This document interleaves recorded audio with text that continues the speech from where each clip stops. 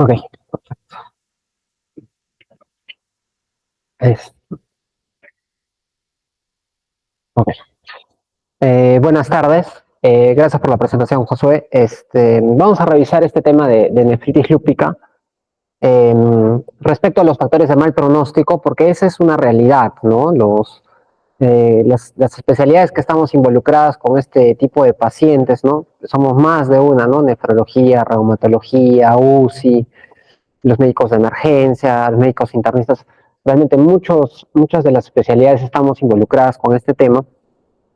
Nos llama mucho la atención de que el paciente frecuentemente viene muy tarde, ¿no? Muy tarde al diagnóstico, ya con todos los factores de mal pronóstico encima, y obviamente eso impacta directamente sobre la sobrevida del paciente, ¿no? O sobre, en este caso específicamente que hablamos de la nefritis, ¿no? Del riñón del paciente, ¿no? Entonces, vamos a ver, ¿no? De qué manera podemos mejorar esta situación, porque realmente la cosa es muy crítica, ¿no? Los pacientes vienen ya muchas veces en estadios muy graves, muy severos, y entonces el manejo se complica, ¿no?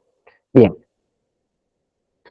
Eh, las formas de nefritis lúpica todavía siguen siendo una enfermedad muy seria, ¿no? Muy severa. Si uno compara la mortalidad de los pacientes que tienen nefritis lúpica, sobre todo los estadios severos de nefritis lúpica, ¿no? Las formas proliferativas, respecto a la población general, como podemos ver ahí en el slide, la mortalidad está incrementada en alrededor de 6 veces más, ¿no? Especialmente en este tipo de pacientes, ¿no? Con diagnóstico de nefritis lúpica, fíjense, aún con tratamiento, más o menos el 10% de estos pacientes igual van a ir hacia la enfermedad renal crónica definitiva en los próximos 5 años, ¿no? O sea, estos datos, ¿no? Estos datos iniciales son para, ¿no? Ya manejar el concepto de que es una enfermedad muy seria, muy severa, ¿no? Pero si sobre esa base nosotros no tenemos en cuenta los factores de mal pronóstico, ustedes ya se imaginarán que se empobrece aún más los resultados para el paciente, ¿no? Entonces, creo yo que esta pequeña introducción es para más o menos resaltar un poco la importancia del tema. Entonces, uno podría decir, ¿qué entendemos por nefritis lúpica severa? Eso también a veces pasa, ¿no? Con el lupus. A pesar de ser el lupus una enfermedad muy conocida, ¿no? Es el prototipo de enfermedad autoinmune. Hay muchas cosas todavía respecto a la terapéutica, al pronóstico, a la variabilidad de la enfermedad que todavía no están del todo claras, ¿no? Los estudios, las definiciones respecto a varios ítems de la enfermedad todavía no están completamente uniformizados, ¿no? Y eso pasa, ¿no? Cuando uno busca qué es nefritis lúpica severa, o sea, cuándo yo me tengo que preocupar por un paciente, ¿no? Que su enfermedad está yendo muy mal. Y fíjense, hasta en eso encontramos definiciones distintas, ¿no?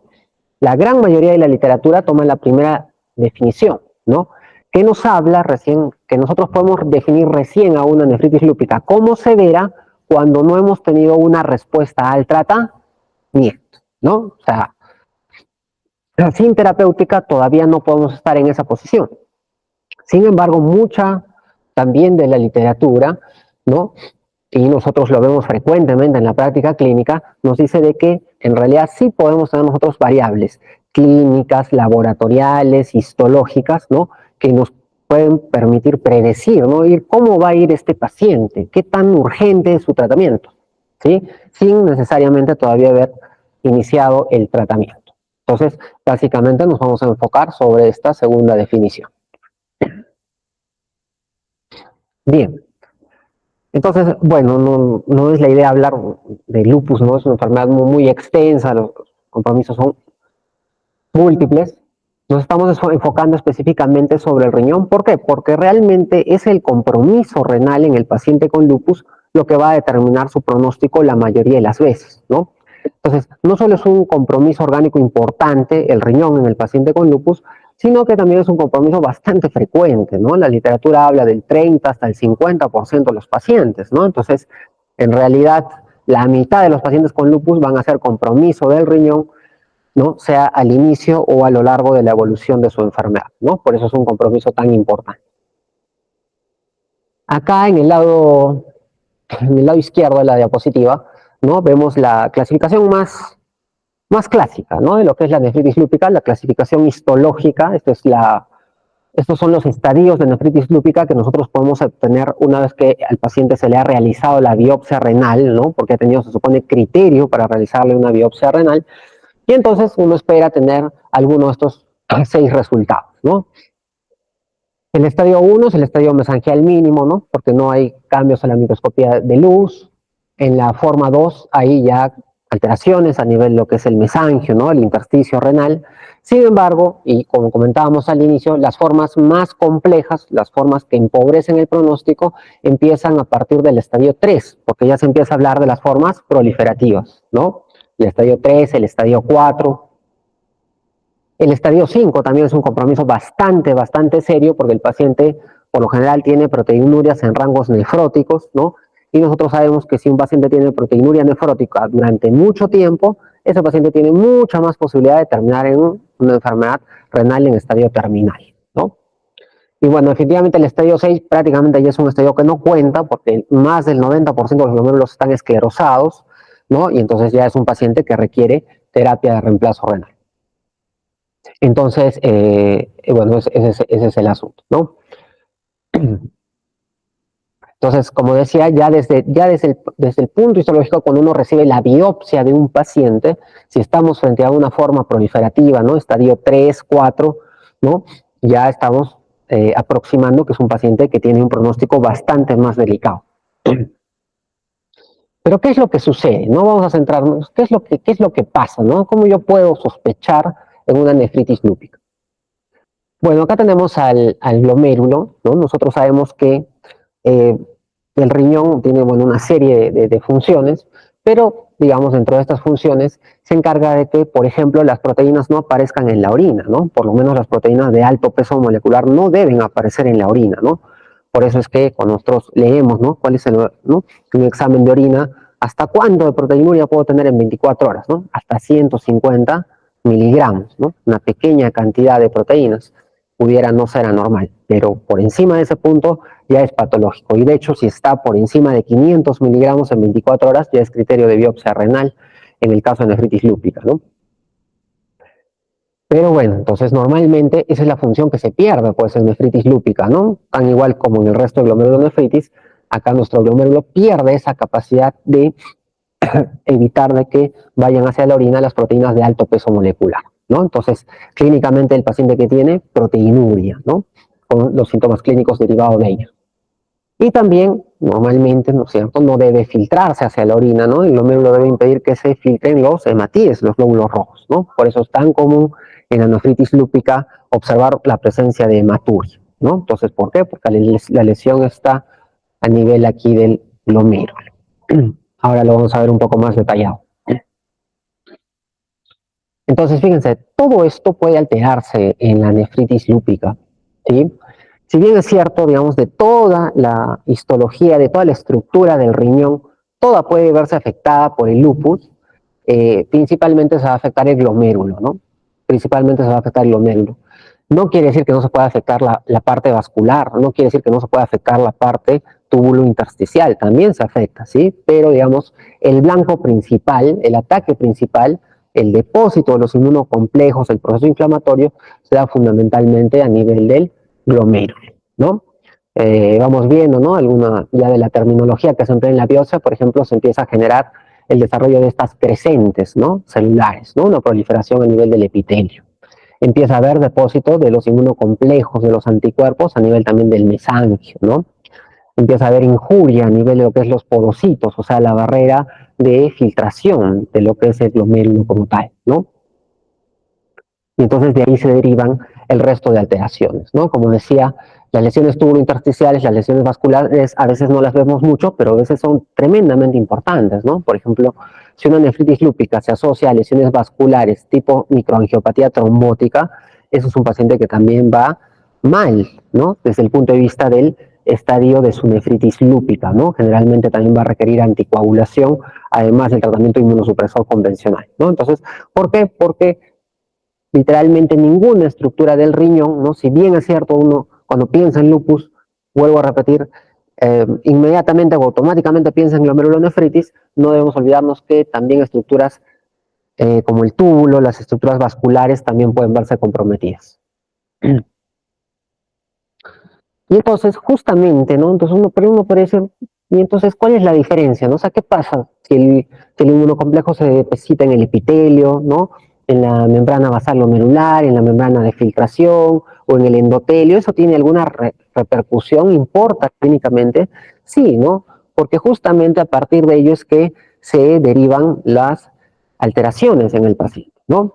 De hecho, sí, el depósito de los complejos inmunes, como vemos acá en las imágenes, la cascada inflamatoria, ¿no? El fenómeno inmunológico predomina más a nivel de las células endoteliales, ¿no? A nivel del ovillo de capilares del glomérulo, el paciente más frecuentemente va a desarrollar hematuria, ¿no?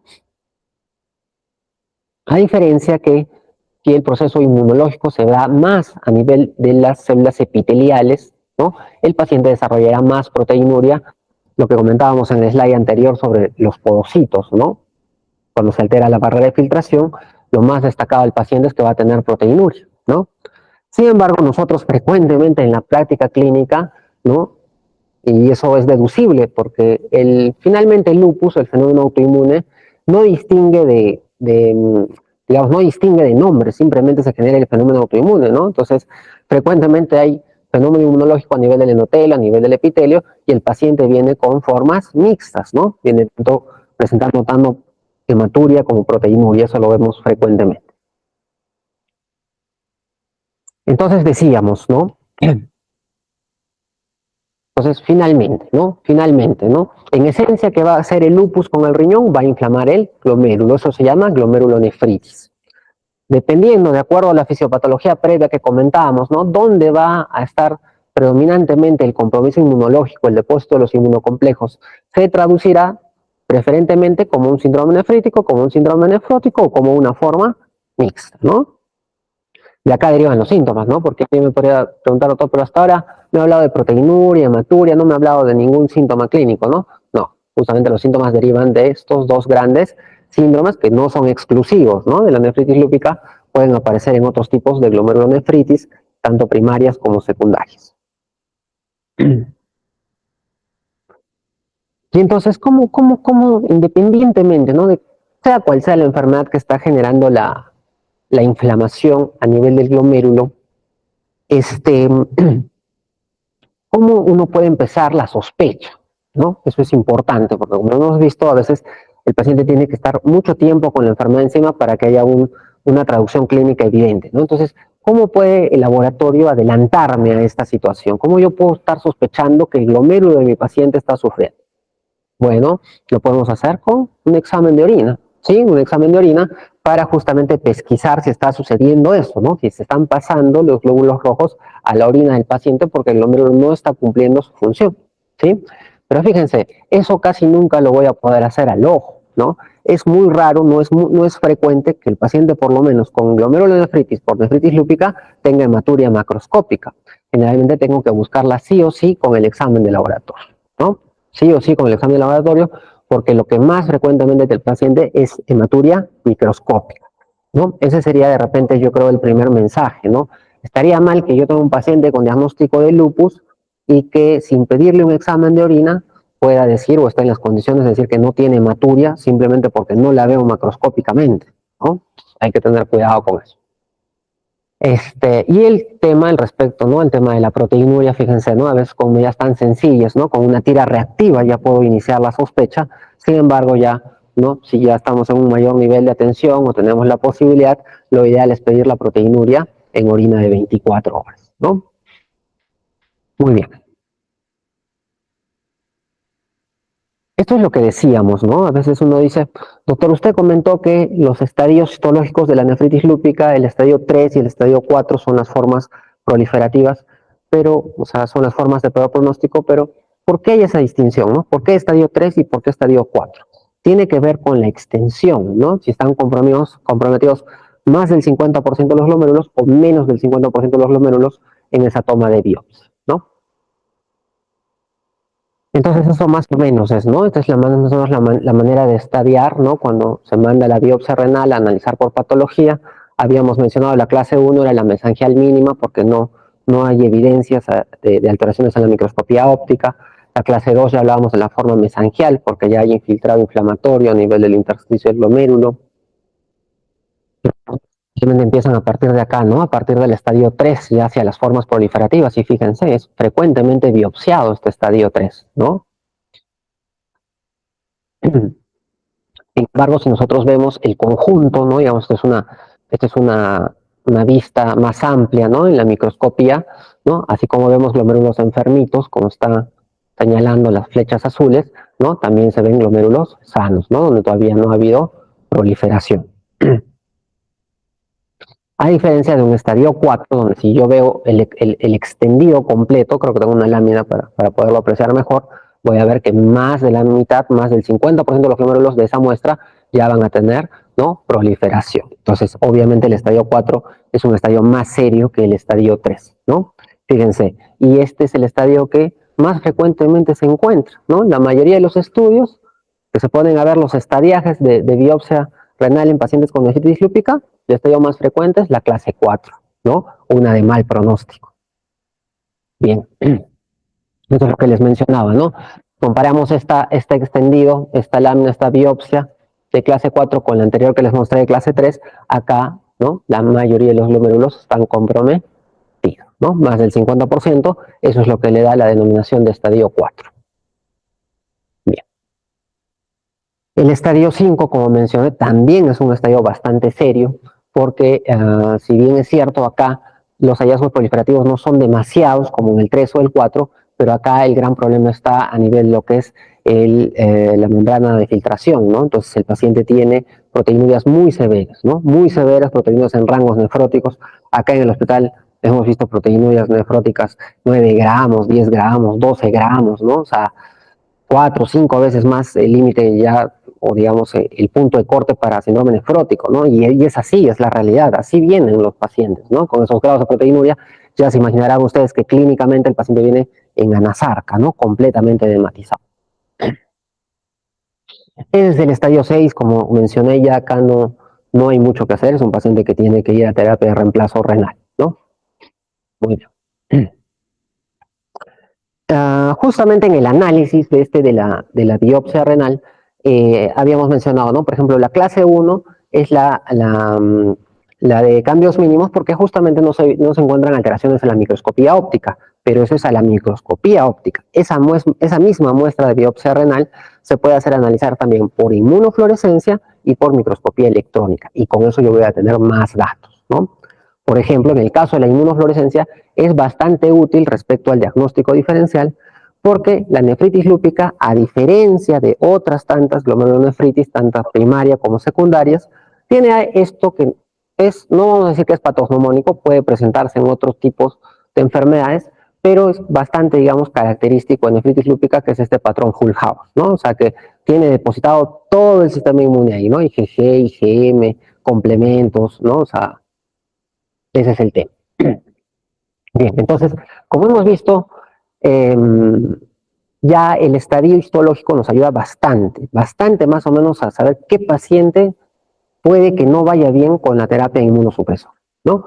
Sin embargo, tendremos algunas otras cosas más, sí, los mismos datos derivados del paciente, ¿no? Como sus variables demográficas, ¿no?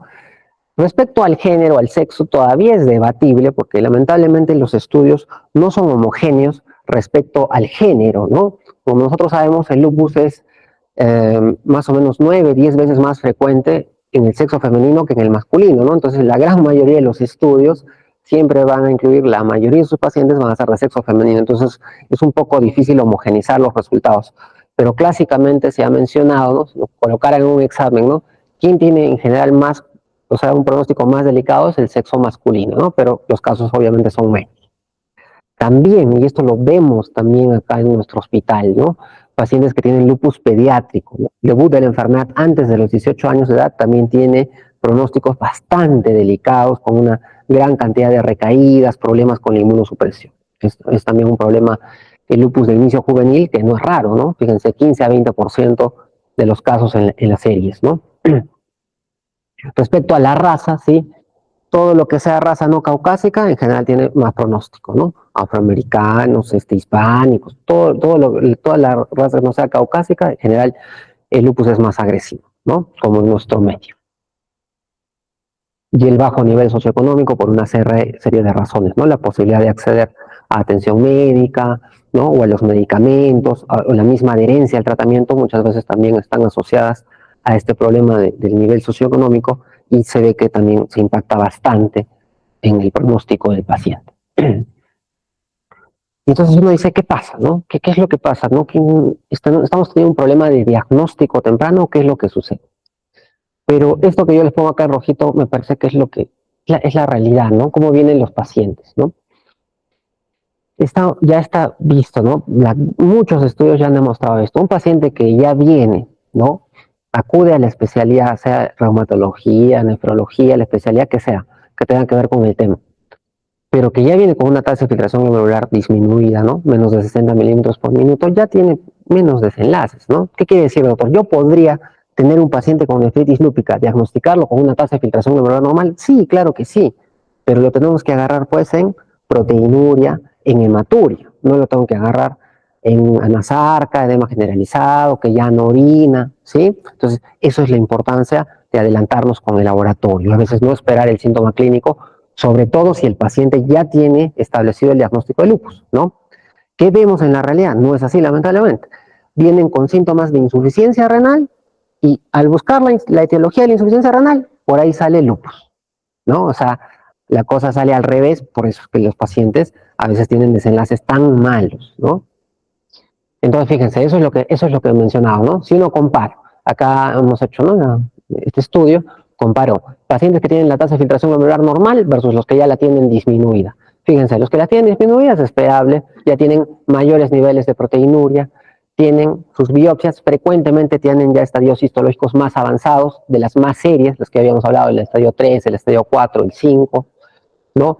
Generalmente ya también viene con comorbilidad el paciente, no solamente viene con insuficiencia renal en la emergencia, viene con hipertensión arterial secundaria, ¿no? Y entonces este grupo de pacientes, como ustedes, ¿no? Podrán ver y comparar el porcentaje estadísticamente significativo, son los que con más chance se van hacia la enfermedad renal crónica definitiva, ¿no? Ah, igual, también vamos a lanzar algunos estudios más, como un poco para reforzar esta idea, pero creo yo que ese es el mensaje que les quiero dar en esta tarde, tratar de hacer el diagnóstico un poco más temprano, buscar la nefritis lúpica, no diagnosticarla cuando ya es demasiado evidente, no como una cosa, digamos, mala, ¿no? Sino en el sentido de que podamos mejorar el pronóstico de nuestros pacientes, ¿no? Fíjense, este es un paciente, este es un estudio, ¿no? Que se hizo entre 2016 y 2021, o sea, tiene un seguimiento más o menos importante, ¿no? Son 5 años, que incluyó 210 pacientes con nefritis lúpica, ¿no? Fíjense lo que les comentaba previamente, ¿no? La gran mayoría de los pacientes de sexo femenino, ¿no? Por la característica de la enfermedad, pacientes jóvenes, ¿no? Fíjense, una media de 28 años para este estudio, donde la mayoría, el 73.5% de los pacientes contaba con resultado de biopsia renal, había un porcentaje de que no. Eso nosotros también lo sufrimos en nuestro medio, ¿no? Hay pacientes que no se pueden hacer la biopsia renal por consideraciones a veces económicas. Entonces eso no solamente nos pasa a nosotros en nuestro hospital, pasa en muchos sitios. Y entonces, lo que llama la atención acá, fíjense, ¿no?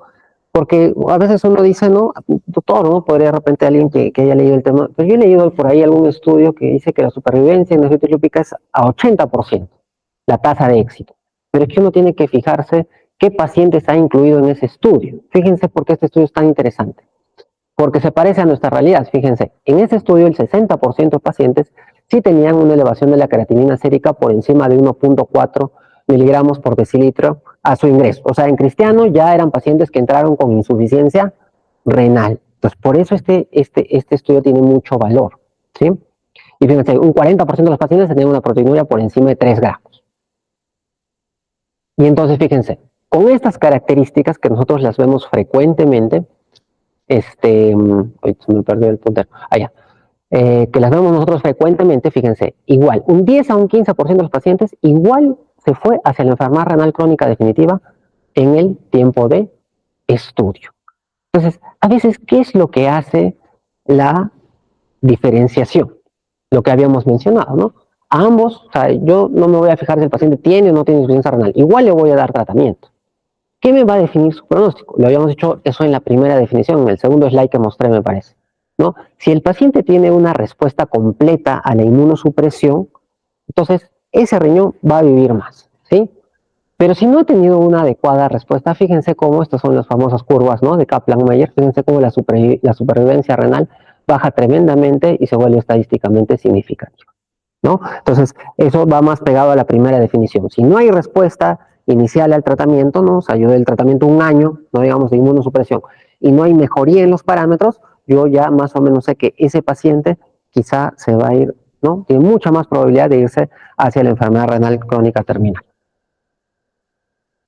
Bien.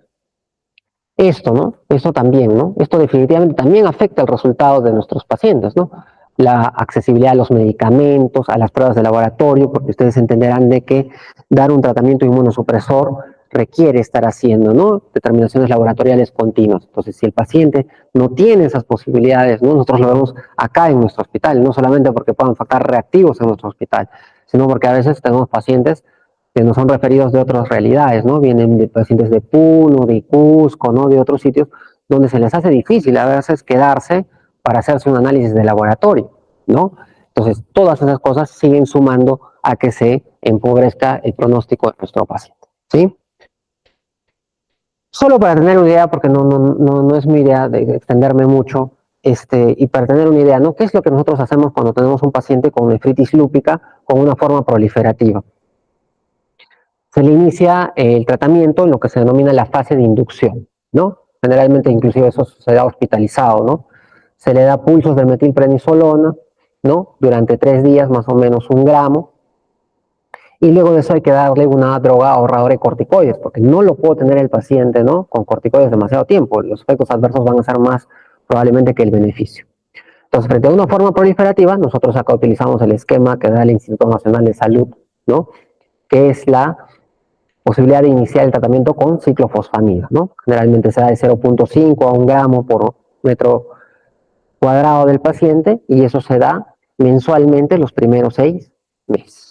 Luego ya, si es que se han logrado los objetivos, hemos mejorado la proteinuria, han disminuido los niveles de creatinina, ¿no? El parámetro que sea que se haya tomado, como más importante en el paciente, si es que ha tenido buena respuesta a la inducción, la pasamos a fase de mantenimiento. Entonces, la inmunosupresión ya no se la doy mensual, sino se la doy cada 3 meses, ¿no? Y tengo que mantenerla por lo menos 1 año, ¿no? Si no, el paciente tiene más riesgo de recaída.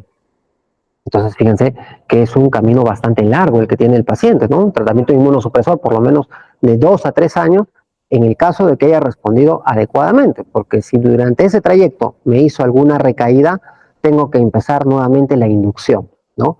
Entonces, esto simplemente para tener idea de lo que les menciono acá, ¿no? Entonces, cuando uno inicia un tratamiento, ¿no? La fase de inducción y luego se va a la fase de mantenimiento, obviamente es un camino muy complicado para el paciente, ¿no? Porque obviamente al recibir un tratamiento inmunosupresor va a tener mucha más posibilidad de problemas infecciosos, ¿no? Algunos se podrán resolver ambulatoriamente, pero otros no, ¿no? Son pacientes que ingresan por emergencia porque tienen una infección severa, una infección que requiere antibióticos endovenosos, requiere hospitalización, fíjense, ¿no? Y eso pasa acá y en cualquier parte del mundo, ¿no? Más riesgo de neumonía, de tuberculosis pulmonar, trombosis venosa profunda, ¿no? Dentro de eso, ¿no? El paciente puede estar bajo su esquema de inducción y dentro de ello puede hacerme injuria renal aguda, ¿no? ¿Por qué? Porque hizo un flare, un periodo de actividad de la enfermedad que tendré nuevamente que intentar controlar, ¿sí? Entonces ya para ir terminando, ¿no? Estos yo creo que nos podríamos quedar, ¿no? Para el tema central, digamos, de la presentación es ¿no? Saber qué paciente me puede ir mal. Ya dijimos el género masculino, no lo voy a ver muy frecuentemente por la cantidad de pacientes con lupus del sexo masculino, pero para tenerlo en cuenta, pero esto sí es muy importante, ¿no? Una enfermedad de larga evolución cuando el paciente viene, ¿sí? Y eso es algo que yo tendré que saber valorar bien, ¿no? Con mis clínicas, con mis exámenes de laboratorio, ¿no? Con mi histología, ¿no? Yo tendré que saber ubicar bien a mi paciente. ¿Es realmente el paciente está viniendo con un tiempo de enfermedad de 5 días, como me dicen en la emergencia? ¿O es un paciente que está enfermo varios meses, varios años, ¿no? Eso es una cosa importante. Lo habíamos dicho, ¿no? El paciente que ya viene con comorbilidad, el paciente con lupus, ¿no? con nefritis lúpica hace hipertensión arterial secundaria, por eso son pacientes con 30, 35, 36, 37 años que tienen hipertensión arterial, ¿no? De difícil control.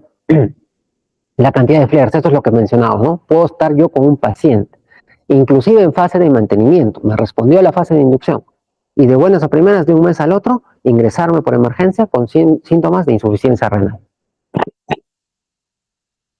El SLEDAI se refiere este es un score, ¿no? Es una herramienta para ver la actividad de la enfermedad de lupus, ¿no? Donde no solamente se considera la nefritis, ¿no? Sino otras alteraciones que hay en el lupus, ¿no? Artritis, cerebritis, consumo de complemento, niveles de anti-DNA.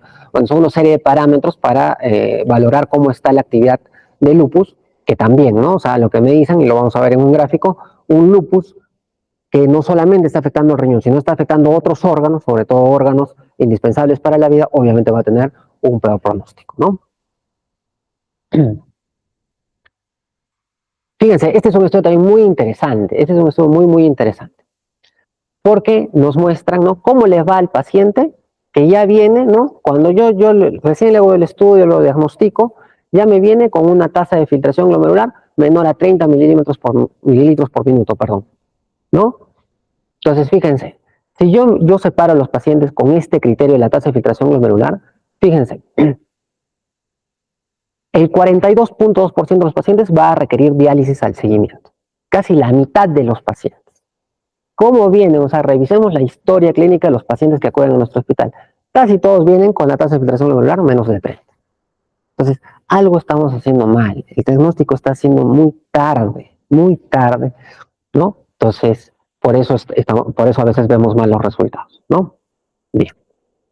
Es cierto, tampoco quiero que nos llevemos el mensaje de que si un paciente viene con la tasa de filtración glomerular baja, viene con insuficiencia renal, es cierto, y este artículo lo dice, es un paciente que puede venir con todos los factores de mal pronóstico y aún así respondernos adecuadamente al tratamiento. Puede pasar, ¿sí? O sea, el que tenga una tasa de filtración glomerular baja no impide que ese paciente pueda mejorar con el tratamiento. Sin embargo, eso, como se los menciono acá, es menos probable respecto a un paciente que tiene la tasa de filtración glomerular normal o más normal, digamos, o va a tomar más tiempo, ¿sí? La posibilidad de que entre en remisión, obviamente, es menor por las consideraciones que hemos mencionado. Esto es lo que les mencionaba respecto al SLEDAI, perdón. Esto es lo que les mencionaba respecto al SLEDAI, ¿no? Evidentemente, un paciente que tenga un SLEDAI más elevado, ¿no? Más activa esta su enfermedad, su posibilidad de entrar en remisión es menor, ¿no? Con una diferencia estadísticamente significativa. Sí, con una diferencia estadísticamente significativa, ¿no? Entonces, eso es también para considerar de que no solamente debo ver el riñón, sino también el resto de manifestaciones. Eso es todo lo que yo tenía para compartirles.